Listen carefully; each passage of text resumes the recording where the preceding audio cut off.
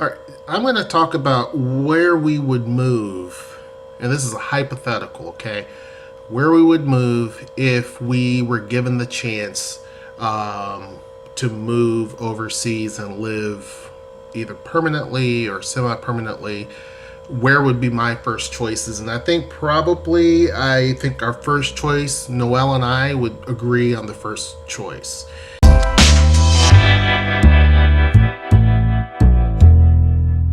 But I'm going to give you the top 3 places where I would probably choose to live.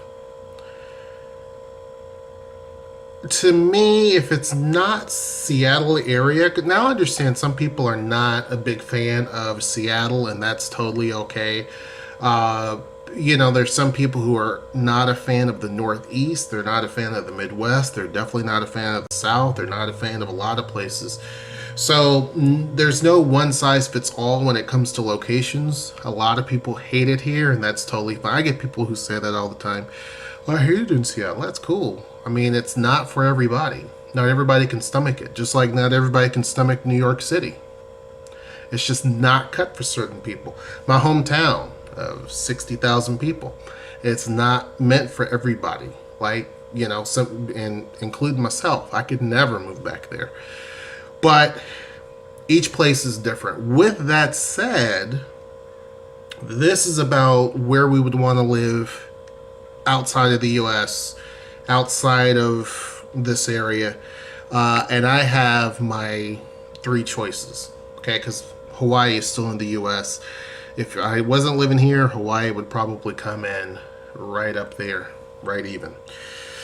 Internationally, I'm going to go backwards and tell you. Now, it's going to be a bit of a surprise for some folks.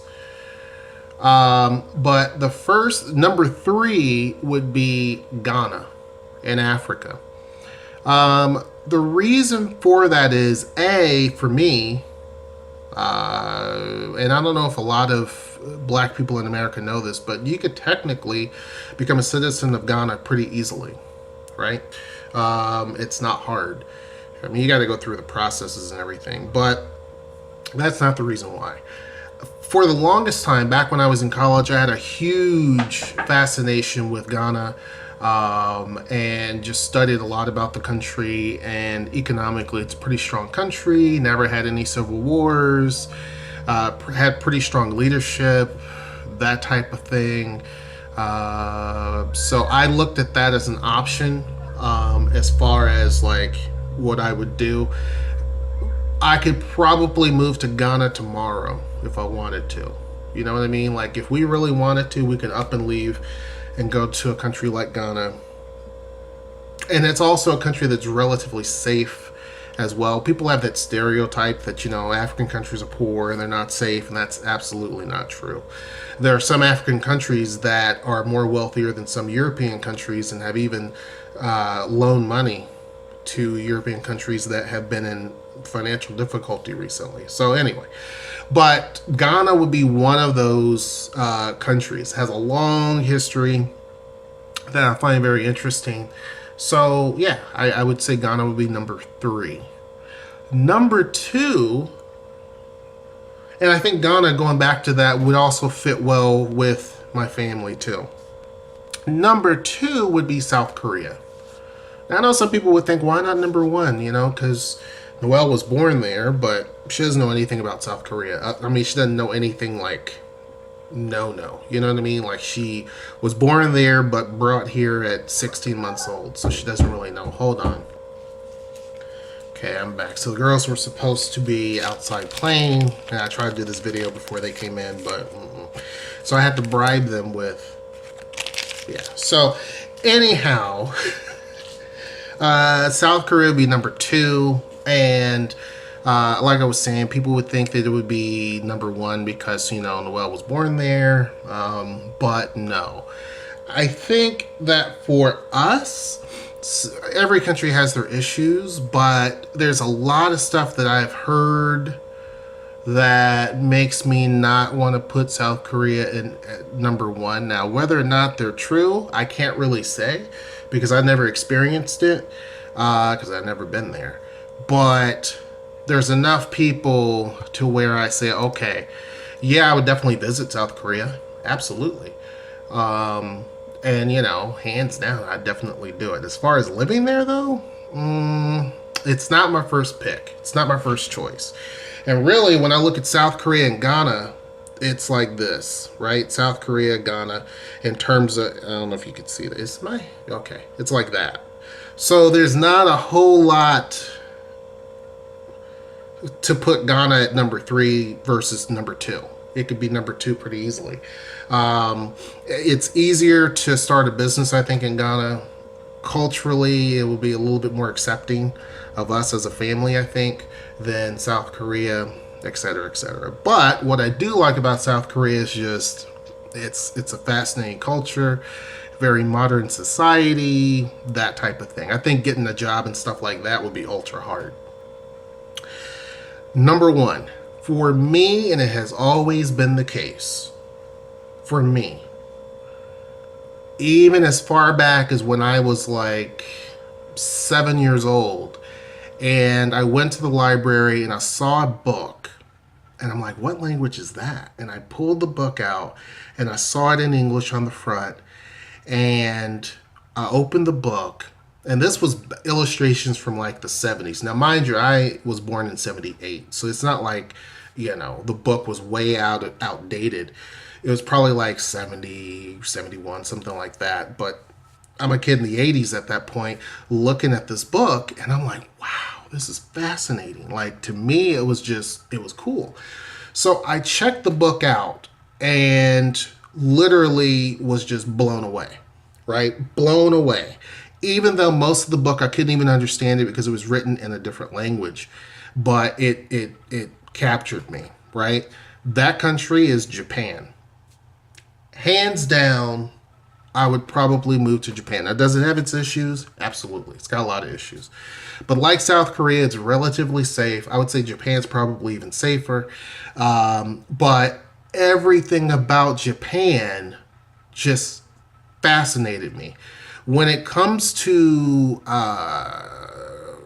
just appreciating cultural differences, I think that Japan today is a little bit more open to that, right? I don't think it would be as difficult to live there as our family in Japan versus some other countries in Asia. So to me, Japan wins because of things way, way back, right? Just a lot of the history that I've had in terms of just research and stuff like that of Japan has fascinated me. The bullet train, that killed me. When I was a kid and I saw that book and it had like how to write the bullet train and some basic words to say to get on to the bullet train, that just freaked me out, right?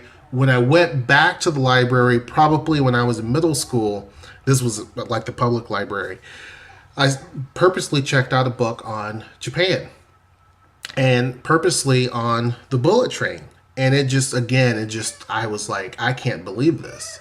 I'm used to seeing like, in my hometown, the big cargo trains that go by that's slow and takes forever. And then this thing is taking people and it's hurtling through village after village and town after town going several hundred miles an hour. So that I just couldn't even wrap my head around it. Then it happened to show snapshots of Tokyo and different pictures of Tokyo. And then I'm like, wow, look at how advanced everything was, and it still is. But just the way everything was designed and done and the way the streets look, the way the buildings look, the way that everything about it, it was just crazy. Then when I got into high school, that continued. It's just like, it just drew me there. I was like, I'm getting close to graduating. Do I want to do I want to go to Japan and try to get into college? Because military was not going to be my thing. But I chickened out and didn't do it. So I ended up, going to college, at my hometown. But I still had such a fascination that I took a Japanese course in college because I thought I'm going to end up going, instead of taking French and all the other stuff that people take, I took Japanese, and I thought, you know what, one day I hope to actually live there. Again, never did do it. I chickened out.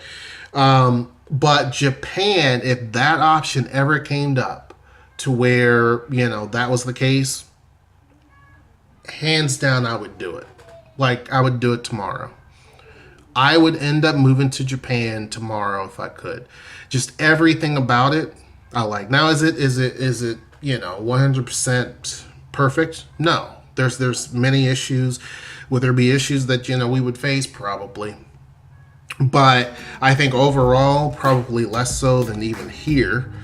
I know that when I went to Hong Kong, I felt, and Hong Kong's a big city, I felt super safe. Never one time in Hong Kong did I ever feel like I was scared. I have to say, honestly, when I was in Tijuana, I felt a little nervous, but I didn't feel like frightened. When I was in Haiti, didn't feel scared at all. I was scared of the driving. There was a guy that was driving like crazy, like just weaving in and out, and that scared me. But as far as like walking around, roaming around, been around, no, didn't feel scared at all. When I went to Hong Kong, right, and I mean, we're talking well after midnight, didn't feel scared whatsoever. It's here that I feel scared. So Japan, I think, given the fact that it has very little violence, you know, that type of thing, ultra modern, just a pretty cool place. It's very similar to living here in terms of like technology and income and all that stuff. Yeah, that would be my choice. It's just a fascinating place. Anyhow, tell me what your top 3 places that you would actually move to in the comment section below. Hope you guys enjoyed the video, and until next time, I will see you. Take care.